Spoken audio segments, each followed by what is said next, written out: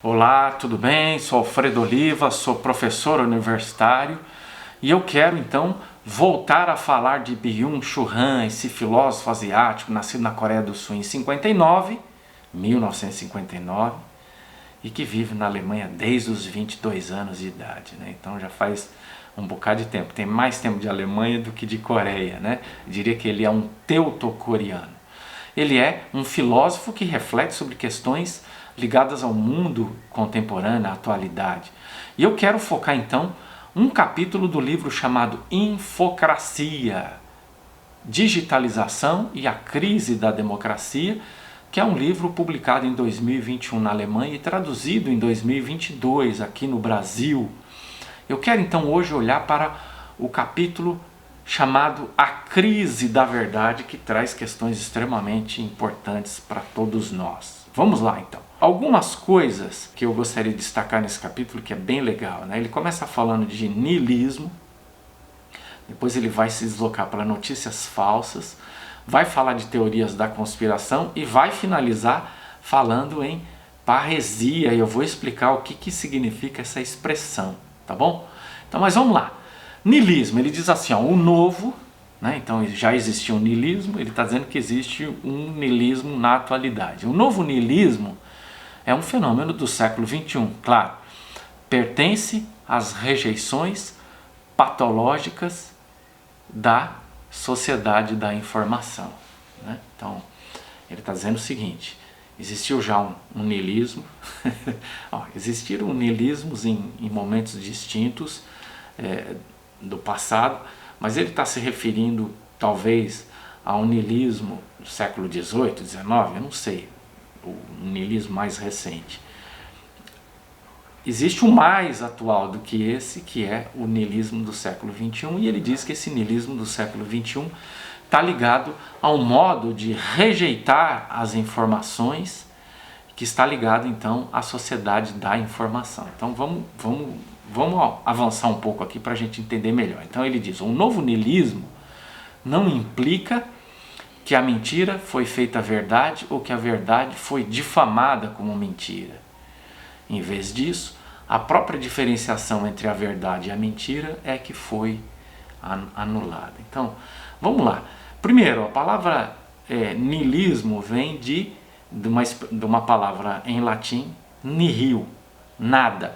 Às vezes, essa palavra era, no passado, comparada a um ceticismo, né? Então, na impossibilidade de você ter um conhecimento seguro, você desemboca num niilismo, quer dizer, num ceticismo, numa falta de crença em que algo existe ou que algo seja confiável, né?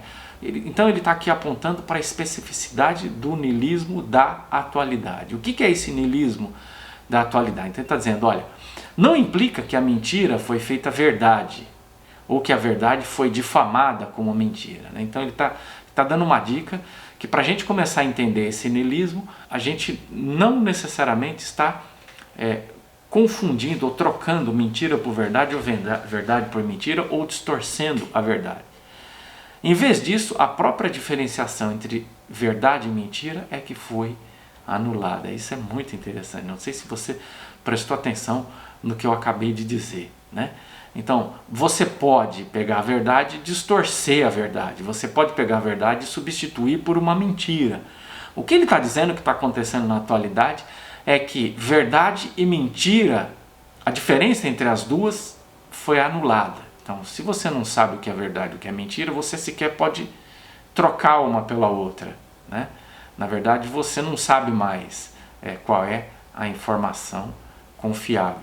Veja que na citação anterior, ele estava dizendo que o niilismo da atualidade pertence às rejeições patológicas da sociedade da informação. Ele está dizendo que existe um tipo de patologia, de doença do mundo contemporâneo, e a doença do mundo contemporâneo é exatamente essa, a confusão ou a indistinção, a não diferenciação entre verdade e mentira. E por isso as pessoas ficam muito confusas, né? Quer dizer, você tem uma informação factual e uma informação não factual, uma informação inventada, uma informação plantada ou criada.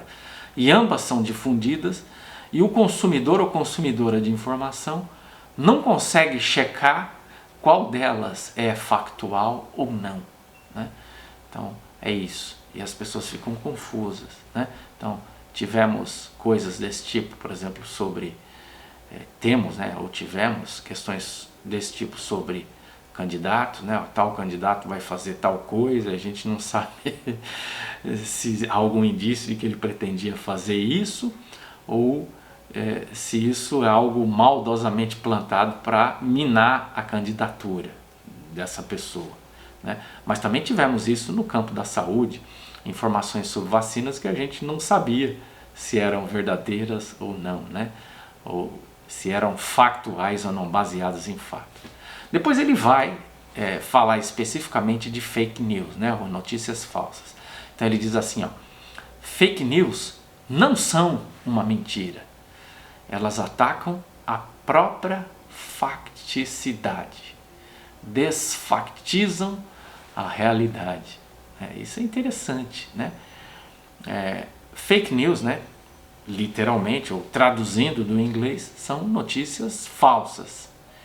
Mas ele está dizendo, elas não são uma mentira. Elas atacam a própria facticidade. Eu acho que aí é que está a deslealdade das fake news, né? Porque uma coisa seria você pensar assim, eu vou plantar uma notícia mentirosa, eu vou distorcer uma notícia, eu vou distorcer um fato, né? Ou eu pego um fato e por maldade ou por incapacidade interpretativa eu distorço esse fato, né? Às vezes o leitor ou leitora não tem habilidade para interpretar um fato, se confunde. Mas não é disso que está falando, ele está falando de notícias que propositalmente são plantadas com vistas a atacar a própria facticidade, né? Quer dizer, significa o seguinte, que você ataca aquilo que existe. Então, existe um fato, a Terra é redonda, certo? Isso é empiricamente comprovado. E as pessoas atacam a facticidade de que a Terra é redonda, né? E muita gente fica confusa, né? Porque, enfim, como é que você vai ter acesso aos dados físicos, matemáticos ou a observação empírica de que a Terra é redonda, né? Então você não consegue mais e entra na conversa dessas pessoas, né? Há filósofos ou pseudo-filósofos da atualidade que fazem coisas desse tipo. Ele diz assim, ó, a digitalização é oposta diametralmente da facticidade. A digitalização enfraquece a consciência factual, a consciência da realidade, né? Então, ele está dizendo que o principal responsável pela crise de facticidade que nós enfrentamos na atualidade tem a ver com o processo de digitalização do mundo, né? Por quê?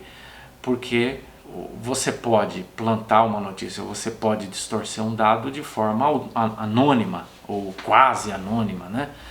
E também através do meio digital você pode fazer essa corrupção da facticidade viralizar, né? Quer dizer, se difundir rapidamente, né? Mesmo depois que alguém consiga eventualmente comprovar que aquilo não corresponde ao mundo factual, né?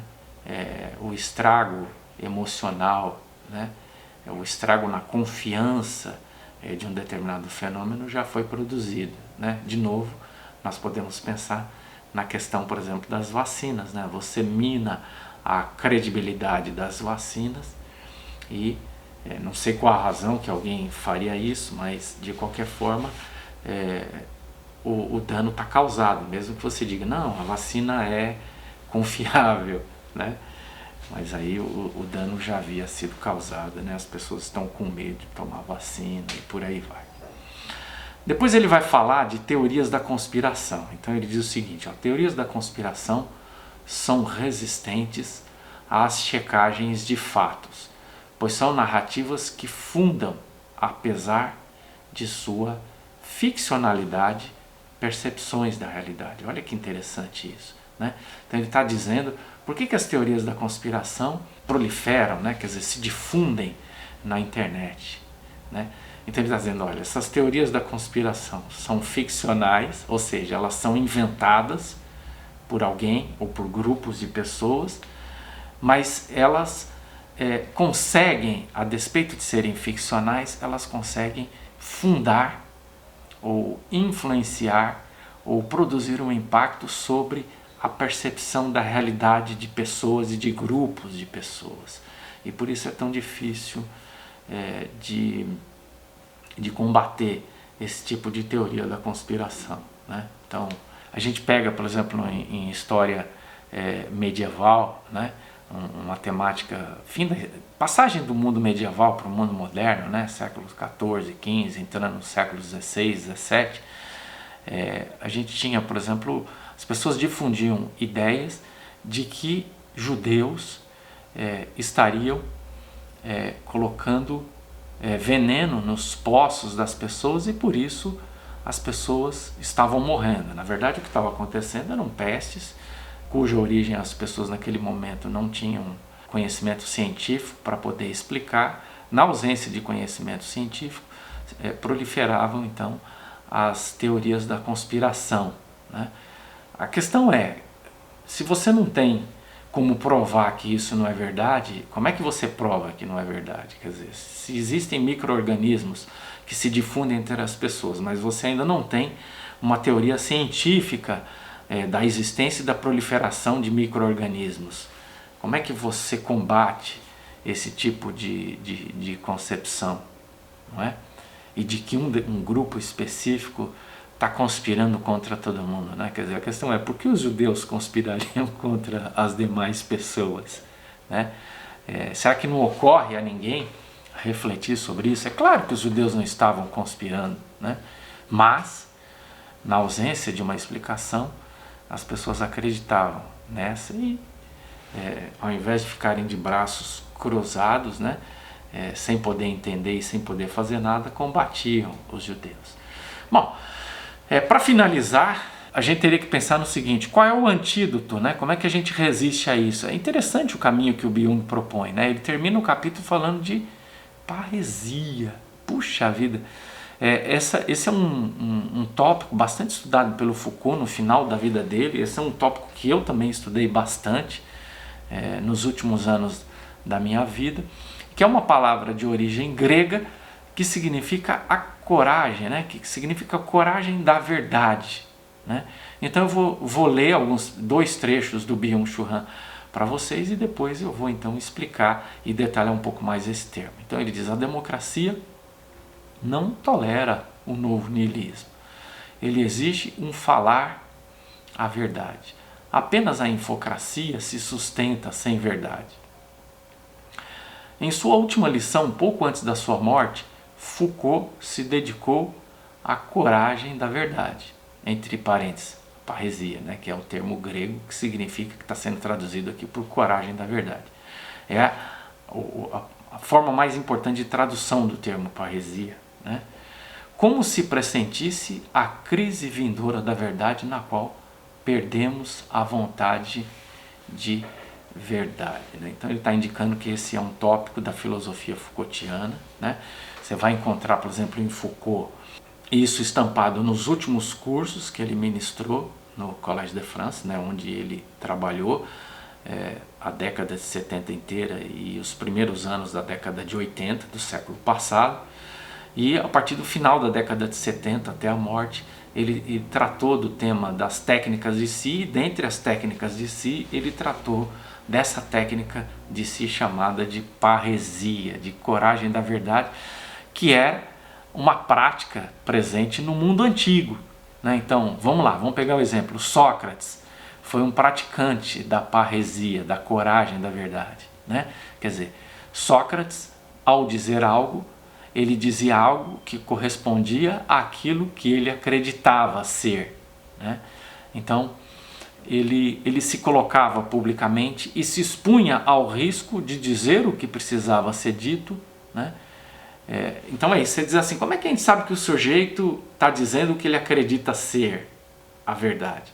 A gente sabe pelo risco ao qual ele se expõe. Por que alguém se exporia, por exemplo, ao risco de morrer se não estivesse defendendo algo que de fato acreditasse, né? O que acontece no mundo atual é que as pessoas dizem coisas que nem elas mesmas acreditam, mas elas sabem que aquilo que é dito é conveniente que seja dito, né? Isso vai produzir um impacto sobre as pessoas e esse impacto que é produzido sobre as pessoas é conveniente. Então não se diz aquilo sequer que se acredita ser a verdade, mas se diz aquilo que se acredita que vai produzir o melhor resultado para si. Eu acho que é disso que o Byung está falando aqui, é nesse sentido que ele está usando a palavra parresia.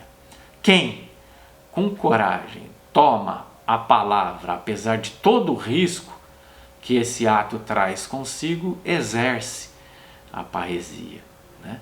Eu acho que o próprio Byung-Chul Han se apresenta como um parresiasta ao fazer uma crítica, né? Um parresiasta, um praticante da coragem da verdade, ao fazer a crítica do mundo digital. Está todo mundo deslumbrado com o mundo digital, achando que ele só produz coisas boas, e ele está dizendo, uma série de problemas, nós temos que discutir esses problemas, senão nós vamos ter muitas dificuldades, ou já estamos tendo muitas dificuldades em função do mundo digital, né? Tanto é que ele escreveu esse livro, acredito eu, reagindo às ingerências que têm acontecido sobre as eleições em função dos meios digitais, do modo como os meios digitais estão interferindo nas eleições nos diversos países. A parresia promove a comunidade, é essencial para a democracia, né? Foucault analisou isso, percebeu que a parresia era a principal instituição, né? A prática ligada à democracia grega, né? Então, você tem cidadãos no mundo grego, esses cidadãos se reúnem em assembleia e é claro que ao se reunirem em assembleia é necessário que essas pessoas discutam, debatam ideias. E para que haja um verdadeiro debate de ideias é necessário que as pessoas falem a verdade, que as pessoas falem aquilo que elas acreditam ser a verdade, que haja uma correspondência entre aquilo que se acredita ser a verdade e aquilo que está sendo dito, né? Ou seja, que as pessoas não simplesmente manipulem ou tentem manipular os demais, dizendo coisas que não acreditam, mas que são convenientes para si ou para a imagem que querem projetar de si. Então, a democracia não pode viver sem a coragem da verdade. É isso que ele está dizendo, né? E a gente precisa desenvolver meios para combater a difusão de notícias propositalmente falsas ou notícias que distorcem o mundo factual, né? É disso que estamos tratando, né? Tema para mim fascinante, muito interessante. A conexão entre Byung e Foucault é muito grande, é muito importante. Eu, claro, sou fã de Foucault e já me tornei fã também do Byung-Chul Han, tenho lido bastante, né, a filosofia dele. E quando essa conexão acontece, para mim, é uma coisa muito legal, assim, né? Porque aí eu vejo dois dos filósofos que eu mais admiro em sintonia, tá bom? É isso, espero que você tenha gostado de mais um vídeo. A gente se encontra então num próximo vídeo aí. Um abraço e até lá!